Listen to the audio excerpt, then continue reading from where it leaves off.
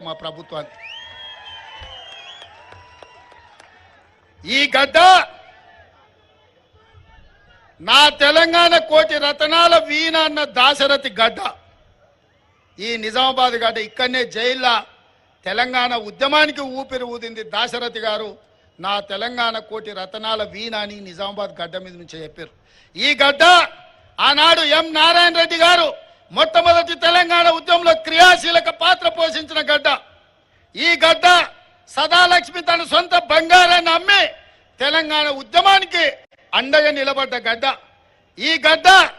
జట్టి ఈశ్వరీబాయి ప్రాతినిధ్యం వహించిన గడ్డ ఈ గడ్డ ఆర్గుల రాజారాం ఈ ప్రాంతం నుంచి పేదల తరపున నిలబడి ఈ ప్రాంత అభివృద్ధి కోసం పనిచేసిన గడ్డ ఈ గడ్డ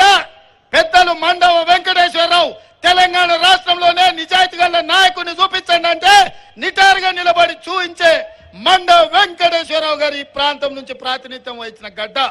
ఈ గడ్డ పెద్దలు సుదర్శన్ రెడ్డి గారు ప్రాతినిధ్యం వహిస్తున్న గడ్డ ఈ గడ్డ డి శ్రీనివాస్ గారు అన్న చెప్తున్నాడు డి శ్రీనివాస్ గారు కూడా కానీ కాకపోతే కొడుకు అక్కడ పోయి తానికి చెడ్డ పేరు తెచ్చాడు ఈ గడ్డ నిన్న మన భారతదేశానికి ప్రతిష్ట తెచ్చిన బాక్సర్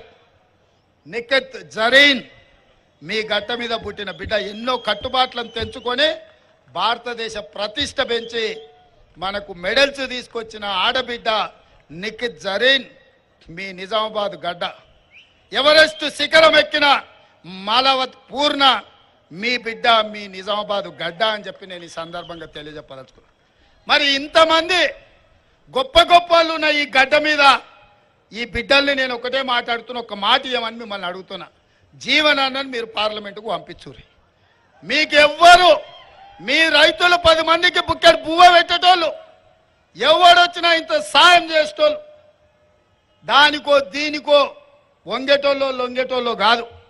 అందుకే ఈ మీటింగ్కి వచ్చినా రాకపోయినా వీడీసీలకు నేను విజ్ఞప్తి చేస్తున్నా ఈ నిజామాబాద్ రైతాంగానికి నేను వేడుకుంటున్నా